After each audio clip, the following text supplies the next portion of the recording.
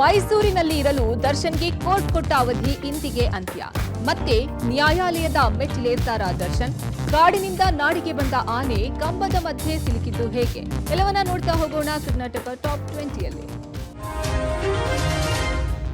Darshan and ಗ್ಯಾಂಗ್ನಿಂದ ಚಿತ್ರದುರ್ಗದ ರೇಣುಕಾಸ್ವಾಮಿ ಕೊಲೆ ಪ್ರಕರಣ ಸಂಬಂಧ ಆರೋಪಿ ದರ್ಶನ್ರ ಮೈಸೂರು ಪ್ರವೇಶದ ಅನುಮತಿ ಇಂದಿಗೆ ಮುಗಿಯಲಿದೆ. ಹೀಗಾಗಿ ದರ್ಶನ್ ಮತ್ತೆ ಕೋರ್ಟ್ಗೆ ಅರ್ಜಿ ಸಲ್ಲಿಸುವ ಸಾಧ್ಯತೆ ಇದೆ. ಅನಾರೋಗ್ಯ ಪೀಡಿತವಾಗಿರುವ ತಾಯಿಯನ್ನ ನೋಡಬೇಕು, ಸಾಕು ಪ್ರಾಣಿಗಳನ್ನ ನೋಡಬೇಕು, ಸರ್ಜರಿ ವಿಚಾರವಾಗಿ ಮೈಸೂರಿನ ಆಸ್ಪತ್ರೆಯಲ್ಲಿ ಸೆಕೆಂಡ್ ಒಪಿನಿಯನ್ ಪಡಿಬೇಕು ಅಂತ ಸಿಸಿಎಚ್ ಕೋರ್ಟ್ನಿಂದ ದರ್ಶನ್ 2 ವಾರಗಳ ಕಾಲ ಅನುಮತಿ ಪಡೆದಿದ್ರು. ಇಂದಿಗೆ ಕೋರ್ಟ್ ನೀಡಿದ ಕಾಲಾವಕಾಶ ಮುಗಿದಿದ್ದು ಅನುಮತಿ ವಿಸ್ತರಣೆಗೆ ಮನವಿ ಸಲ್ಲಿಸೋಕೆ ವಕೀಲರ ಜೊತೆಗೆ ಚರ್ಚೆ ನಡೆಸಿದ್ದಾರೆ.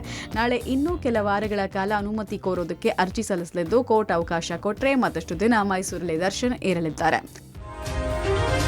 ದಾವಣಗೆರೆಯ ಬಾಪೂಜಿ ಎಂಬಿಎ ಗ್ರೌಂಡ್ನಲ್ಲಿ ರಾಜ್ಯ ಮಟ್ಟದ ಯುವ ಜನೋತ್ಸವದ ಅದ್ದೂರಿ ಕಾರ್ಯಕ್ರಮ ನಡೆದಿದೆ. ಕರ್ನಲ್ ರವೀಂದ್ರನಾಥ್ ಸರ್ಕಲ್ನಿಂದ ರಾಜ್ಯದ ವಿವಿಧ ಕಡೆಗಳಿಂದ ಆಗಮಿಸಿದ್ದ ಜಾನಪದ ಕಲಾ ತಂಡಗಳು ಮೆರವಣಿಗೆ ನಡೆಸಿದ್ದು ಡಿಸಿ ಗಂಗಾಧರ ಸ್ವಾಮಿ, ಎಸ್ಪಿ ಉಮಾ ಪ್ರಶಾಂತ್ ಸೇರಿದಂತೆ ಹಲವು ಅಧಿಕಾರಿಗಳು ಭಾಗಿಯಾಗಿದ್ರು. ವೀರಗಾಸೆ, ಬೇಡರ ಕುಣಿತ, ಲಂಬಾಣಿ ನೃತ್ಯ ಸೇರಿದಂತೆ ಹಲವು ಜನಪದ ಕಲಾ ತಂಡಗಳು ಭಾಗಿಯಾಗಿದ್ದವು. ಯುವ ಜನೋತ್ಸವ ಕಾರ್ಯಕ್ರಮದಲ್ಲಿ ಸಿಎಂ ಸಿದ್ದರಾಮಯ್ಯ ಭಾಗಿಯಾಗಿದ್ರು. ಭಾಷಣದ ವೇಳೆ ಭೈರತಿ ಸುರೇಶ್ ಎನ್ನುವ ಬದಲು ಭೈರತಿ ಬಸವರಾಜ್ ಎಂದ ಸಿಎಂ. ನಂತರ ಭೈರತಿ ಸುರೇಶ್ ಹೆಸರು ಹೇಳಿದ್ರು.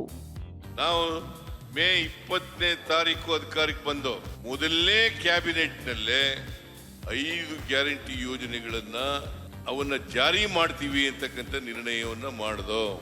ಯುವ ನಿಧಿ ಕಾರ್ಯಕ್ರಮ ಶಿವಮೊಗ್ಗದಲ್ಲಿ ಜಾರಿ ಕೊಟ್ಟು ಅದು ವಿವೇಕಾನಂದರ ಜನ್ಮದಿನದಂದು ಜಾರಿ ಕೊಟ್ಟು ಇವತ್ತಿನವರೆಗೆ ಅಂದ್ರೆ ನವೆಂಬರ್ ಕೊನೆಯವರೆಗೆ 1,62,000 ಯುವಕ ಯುವತಿಯರಿಗೆ ತಿಂಗಳಿಗೆ 3,000 ರೂಪಾಯಿ, ನಿರುದ್ಯೋಗಿ ಪದವೀಧರರಿಗೆ, ನಿರುದ್ಯೋಗಿ ಡಿಪ್ಲೊಮಾ ಹೋಲ್ಡರ್ಸ್ಗೆ 1,500 ರೂಪಾಯಿ, 1,62,000 ಯುವ ಜನರಿಗೆ ನಾವು ಇವತ್ತು ಯುವ ನಿಧಿ ಹಣವನ್ನು ಅವರ ಅಕೌಂಟ್ಗಳಿಗೆ ವರ್ಗಾಯಿಸಿದ್ದೇವೆ.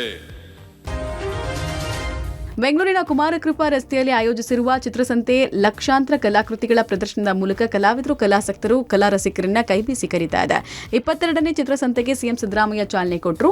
ಈ ಬಾರಿ ಹೆಣ್ಣು ಮಕ್ಕಳಿಗೆ ಚಿತ್ರಸಂತೆ ಸಮರ್ಪಿಸಲಾಗಿದೆ. ಬೆಳಗ್ಗೆ 6ಕ್ಕೆ ಆರಂಭ ಆಗಿರುವ ಚಿತ್ರಸಂತೆ ರಾತ್ರಿ 9 ಗಂಟೆ ತನಕ ನಡೆಯಲಿದ್ದು ಪ್ರತಿ ಬಾರಿಯಂತೆ ಈ ಬಾರಿಯೂ ಸಾವಿರಾರು ಕಲಾವಿದರು ತಮ್ಮ ಕಲಾ ಪ್ರತಿಭೆಯನ್ನ ಅರಳಿಸಿದ್ದಾರೆ. ಪೆನ್ಸಿಲ್ ಸ್ಕೆಚ್ನಿಂದ ಹಿಡಿದು ತೈಲವರ್ಣ, ಜಲವರ್ಣ, ಆಕ್ರೋಲಿಕ್, ಮೈಸೂರು ಶೈಲಿ, ರಾಜಸ್ಥಾನಿ ಶೈಲಿ, ಆಕ್ರೋಲಿಕ್, ಪಾರಂಪರಿಕ, ಆಧುನಿಕ ಪ್ರಕಾರಗಳ ಕಲಾಕೃತಿಗಳನ್ನು ಪ್ರದರ್ಶನಕ್ಕೆ ಇಡಲಾಗಿದೆ. ಕನಿಷ್ಠ 100 ರೂಪಾಯಿಂದ 3-4 ಲಕ್ಷ ರೂಪಾಯಿವರೆಗೂ ಕಲಾಕೃತಿಗಳನ್ನು ಮಾರಾಟ ಮಾಡಲಾಗ್ತಾ ಇದೆ. ಚಿತ್ರಸಂತೆಗೆ ಚಾಲನೆ ಕೊಟ್ಟು ಕಲಾಕೃತಿಗಳ ವೀಕ್ಷಣೆ ಮಾಡಿದ ಸಿಎಂ ಮನೆಗೊಂದು ಕಲಾಕೃತಿ ಕೊಂಡುಕೊಳ್ಳಿ ಅಂತ ಕರೆ ಕೊಟ್ಟರು.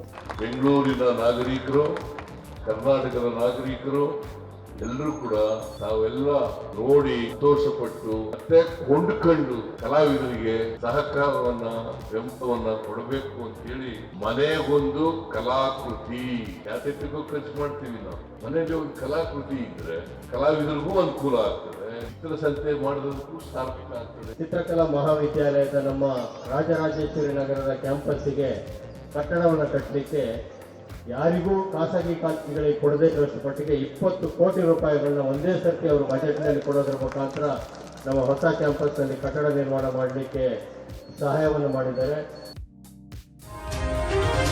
ಇಂದು ಶುದ್ಧ ಪುಷ್ಯ ಷಷ್ಠಿ ಹಿನ್ನೆಲೆಯಲ್ಲಿ ಬೆಂಗಳೂರು ಗ್ರಾಮಾಂತರ ಜಿಲ್ಲೆ ದೊಡ್ಡಬಳ್ಳಾಪುರ ತಾಲೂಕಿನ ಶ್ರೀ ಕ್ಷೇತ್ರ ಘಾಟಿ ಸುಬ್ರಹ್ಮಣ್ಯದಲ್ಲಿ ಬ್ರಹ್ಮ ರಥೋತ್ಸವ ಸಂಭ್ರಮ ಮನೆ ಮಾಡಿದೆ. ಬೆಳಗ್ಗೆಯಿಂದಲೇ ದೇವಸ್ಥಾನದಲ್ಲಿ ವಿಶೇಷ ಪೂಜೆ, ಹೋಮ ಹವನ ನಡೆಸಿದ್ದು ಬ್ರಹ್ಮ ರಥೋತ್ಸವ ಹಿನ್ನೆಲೆಯಲ್ಲಿ ದೇವಾಲಯಕ್ಕೆ ಭಕ್ತ ಸಾಗರವೇ ಹರಿದು ಬಂದಿದೆ. ಭಾನುವಾರ ರಥೋತ್ಸವ ಬಂದ ಹಿನ್ನೆಲೆಯಲ್ಲಿ ಭಕ್ತರ ಸಂಖ್ಯೆ ಮತ್ತಷ್ಟು ಹೆಚ್ಚಿತ್ತು. ಮಧ್ಯಾಹ್ನ 12 ಗಂಟೆಗೆ ಬ್ರಹ್ಮ ರಥೋತ್ಸವ ನೆರವೇರಿದ್ದು ದೇವಸ್ಥಾನದ ಪ್ರಾಂಗಣದಲ್ಲಿ ವಿಶೇಷ ಹೂವಿನ ಅಲಂಕಾರ ಮಾಡಲಾಗಿತ್ತು. ಕಿಲೋಮೀಟರ್ ಗಟ್ಟಲೆ ಸರತಿ ಸಾಲಿನಲ್ಲಿ ನಿಂತು ಭಕ್ತರು ದೇವರ ದರ್ಶನ ಪಡೆದರು. ಇನ್ನು ಪ್ರತಿ ಬಾರಿಯಂತೆ ಬ್ರಹ್ಮ ರಥೋತ್ಸವ ವೇಳೆ ರಥ ಸೇರಿದಂತೆ ದೇವಸ್ಥಾನಕ್ಕೆ ಗರುಡ ಪ್ರದಕ್ಷಿಣೆ ಹಾಕಿದ್ದು ಇದು ಶುಭ ಸೂಚನೆ ಅಂತ ಭಕ್ತರು ಸಂತಸಗೊಂಡಿದ್ದಾರೆ.